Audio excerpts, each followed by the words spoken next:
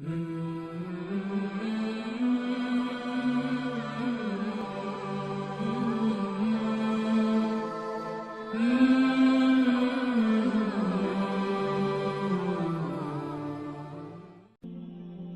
محترم بھائی اور بہنوں، حج آدم علیہ السلام سے شروع ہوا ہے۔ عبادات میں کوئی اجتہاد اور عقل نہیں، جیسے اللہ نے کہا ہے ویسے کرنا ہے۔ نماز اپنی عقل سے ہم معلوم نہیں کر سکتے، روزہ ہے، حج ہے۔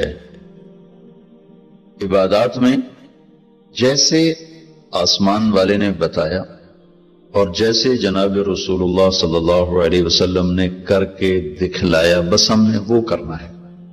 باقی چیزوں میں معاملات ہیں، زندگی کی باقی ضروریات ہیں، اس میں زمانے کے لحاظ سے سوچ بچار بھی ہے، تبدیلی بھی ہے، اجتہاد بھی ہے۔ عبادت اسے کہتے ہیں جس میں بس جو اللہ نے کہا، جو اس کے نبی نے فرمایا، کر کے دکھایا، ویسے کرنا ہے۔ ہمارے نبی پاک کا میں تھوڑا سا آپ کو مختصر خاکہ حج کا بتا دیتا ہوں۔ جناب رسول اللہ صلی اللہ تعالی علیہ وسلم نے حج کا جب اعلان فرمایا، یہ 10 ہجری، تو اطراف سے قبائل جمع ہوئے، کوئی 12,000 کا مجمع اکٹھا ہو گیا مدینہ میں۔ 25 تاریخ کو بروز ہفتہ آپ نے نماز ظہر سے پہلے غسل فرما کے 2 چادریں احرام کی نیت کے بغیر 2 چادریں باندھ، کرتا بھی اتار دیا، تہمد بھی اتار دیا۔ سحارا ایک بستی ہے جو آج کل مسقط میں آتی، وہاں سے ایک کپڑا آتا تھا، اس کی آپ نے 2 چادریں لی۔ پھر آپ نے ظہر کی نماز کے بعد اپنے پورے قافلے کو لیا، ذوالحلیفہ جس کو آج کل ابیار علی کہتے ہیں، یہاں آپ نے آ کر قیام فرمایا، اور عصر، مغرب، عشاء اور فجر اور ظہر 5 نمازیں آپ نے یہاں ادا فرمائیں۔ آپ گزر رہے تھے کہ جبریل ہے کہ یا رسول اللہ، اللہ فرما رہے ہیں یہ پاک وادی ہے، یہاں آپ قیام فرمائیں۔ ایک رات کے قیام کے بعد صبح آپ نے فجر کی نماز کے بعد غسل فرمایا، خوشبو لگائی، اپنے بالوں کو تیل لگایا، پھر شہد لگایا۔ شہد گوند کا کام دیتا ہے، چونکہ اب ننگے سر جانا تھا تو بال بڑے تھے آپ کے، شانوں تک آئے ہوئے تھے، تو آپ نے ان کو شہد لگا کے نا وہ جوڑ دیا، آپس میں جوڑ دیا۔ اور عائشہ رضی اللہ تعالیٰ نے آپ کو خوشبو لگائی۔ جسم پہ خوشبو لگا سکتے ہیں احرام سے پہلے، احرام کے کپڑے کو نہیں، جسم پہ خوشبو لگا سکتے ہیں احرام کی نیت کرنے سے پہلے۔ بالوں میں، مانگ میں آپ نے خوشبو لگائی۔ پھر اس کے بعد آپ نے ظہر کی نماز ادا فرمائی اور آپ اونٹنی پہ سوار ہوئے اور قبلہ رخ ہو کر آپ نے کہا لبیک حجۃ اللہم لبیک۔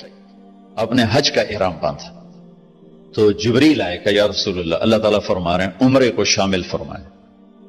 وہاں سے آپ چلے، آپ کے ساتھ کوئی 12,000 کا مجمع تھا، اور آپ ملل میں آپ نے قیام فرمایا۔ ملل سے نکلے اور روحا میں پہنچے۔ روحا میں کنواں ہے، وہاں 70 نبیوں نے قیام کیا ہے حج کے دوران، حج پر جاتے اور آتے ہوئے۔ وہاں آپ نے بھی قیام فرمایا، رات بھی ٹھہرے۔ روحا سے چل کر آپ افایا پہنچے، افایا سے عرج پہنچے، عرج سے ابوا پہنچے۔ ابوا پہنچے تو سامنے بستی تھی جہاں آپ کے سارے انتظام کیے گئے تھے رہائش کے، اور یہ قافلہ 12,000 کا اب 60-70,000 کا ہو چکا تھا۔ تو ابوا میں آپ کی والدہ کی قبر ہے، حضرت آمنہ رضی اللہ تعالیٰ عنہ کی قبر مبارک ہے۔ تو آپ سڑک سے یوں ہٹ گئے، اندر پہاڑوں میں چلے گئے۔ اکثر مجمع تو نیا تھا، انہیں نہیں سمجھ میں آیا کہ اللہ کے نبی اندر کہاں جا رہے ہیں۔ چندے کو پتا تھا کہ آپ کہاں جا رہے ہیں، تو آپ چلتے چلتے چلتے چلتے چلتے ایک جگہ اپنے اونٹنی کو بٹھایا، کوئی وہ 70-80 فٹ اونچا پہاڑ ہے، تو وہاں سے آپ اوپر چڑھے۔ یہ اپریل کا مہینہ تھا اور ماں کی قبر کے سرانے تشریف لائے، اور یوں اپنے گھٹنے اٹھائے اور ہاتھ یہاں رکھے اور سر یہاں دیا، یہ پوزیشن بنائی جیسے چھوٹے بچے بناتے، اور پھر جوں سرہانے بیٹھ کے رونا شروع کیا۔ صدمہ تو چند دنوں بعد بھول جاتا، میں اب اپنی ماں کے یاد میں رونا بھی چاہوں تو رونا نہیں آتا، اپنے باپ کی یاد میں رونا بھی چاہوں تو رونا نہیں آتا۔ اور میرے نبی کو 57 برس گزر چکے تھے ماں کے گئے ہوئے، تو وہ 57 سال پرانا درد ابھی زخم بھرا نہیں۔ آپ اس پوزیشن میں بیٹھے اور اتنا روئے کہ سارا رواں آپ کا آنکھ بن کے رو رہا تھا، وہ ساری داڑھی آپ کی آنسوں سے تر ہو گئی، اور آپ نے آگے جانے سے انکار کر دیا۔ کہ میں آج رات اپنی ماں کے پاس ٹھہروں گا. آپ نے رات نہیں گزاری. کیا رات تھی. اب وہاں سے چلے تو آپ عصفان پہنچے. عصفان تھے تو آپ نے کہا ابو بکر یہ کون سی جگہ ہے؟ کہا جو عصفان.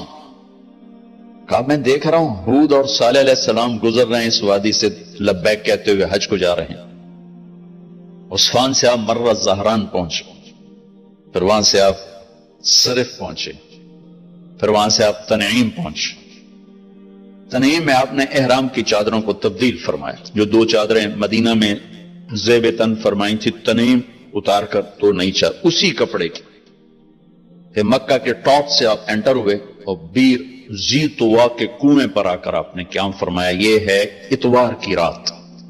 25 کو چلے اور 4 کی رات کو، یہ مہینہ 29 کا تھا، تو 4 کی رات کو آپ مکے پہنچ گئے. اور اتوار کو صبح آپ نے غسل کیا، خالی پانی بہایا اور عمرہ کے لیے تشریف لے گئے. صفا مروہ کی طرف سے آپ پہنچے. باب و بنی شیبہ کے سامنے آپ نے اونٹنی کو بٹھایا تو بنو ہاشم خاندان کے بچے آ گئے. ان سب کو ملے، کئیوں کو اونٹنی پہ بٹھا لیا، کئیوں کو پیار کیا، گلے لگایا. پھر ان سب سے ہو کر باب و بنی شیبہ، یہ باب و بنی عبد مناف تھا، آپ کے خاندان کا دروازہ تھا، اس سے آپ انٹر ہوئے. اور جب آپ فارغ ہوئے تو باب و بنی مخزوم سے آپ باہر نکلے. آپ نے جاتے ہی حجر اسود کا بوسہ لیا، پھر سجدہ کیا، پھر بوسہ لیا، پھر سجدہ کیا، پھر بوسہ لیا، پھر سجدہ کیا. پھر آپ رونے لگے، بہت روئے. اس کے بعد آپ طواف شروع فرمائے. تیسرے یا چوتھے چکر میں آپ نے پانی بھی پیا اور حضرت عمر سے فرمایا کہ عمر حجر اسود کے بوسے پہ لڑائی نہ کرنا، جگہ ملے تو لے لینا، جھگڑا نہ کرنا. جیسے ہمارے نادانی میں لوگ وہاں عورتیں بھی ایسی حماقت کرتی ہیں کہ ایک سنت عمل کے لیے فرض چھوڑ دیتے کہ مرد عورت کا یوں آپس میں اختلاط، یہ اس سے بچنا فرض ہے، اور وہ ایک سنت کے لیے گھس رہی اور لڑائی جھگڑے فساد، قریب بھی نہیں جانا چاہیے. اللہ کے نبی نے استلام کیا، جب رش ہو گیا تو آپ کے پاس ایک لکڑی تھی، وہ دور سے یوں لکڑی کو لگا کر اور اس کا بوسہ لے لے. پہلا آپ نے بوسہ لیا، اس کے بعد رش ہو گیا تو پھر آپ نے ہر دفعہ بوسہ میں ایک دفعہ بوسہ لیا. اس کے بعد آپ کے پاس ایک لکڑی تھی، اس لکڑی کو آپ یوں چھوتے تھے اور حجر اسود کو، اور اس کا بوسہ لے لیتے تھے. بوسہ صرف ایک دفعہ.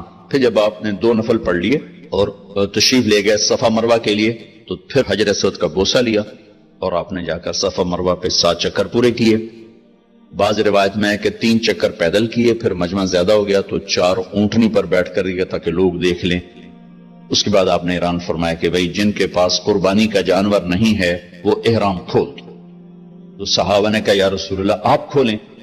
تو آپ نے فرمایا کہ میرے پاس قربانی کا جانور ہے، ابو بکر کے پاس، عمر، زبید، طلحہ یہ نہیں کھولیں گے جو کہ ان کے پاس بھی قربانی کا جانور ہے. باقی جن کے پاس نہیں کھول دو. تو سب نے کھول دیا اور حج افراد بھی تمتع بن گیا، حج قران بھی تمتع بن گیا. اب نہیں ہو سکتا، جو نیت کریں گے وہی کرنی پڑے گی، لیکن اللہ کے نبی کا خاص حکم تھا تو سب کا حج تمتع بن گیا.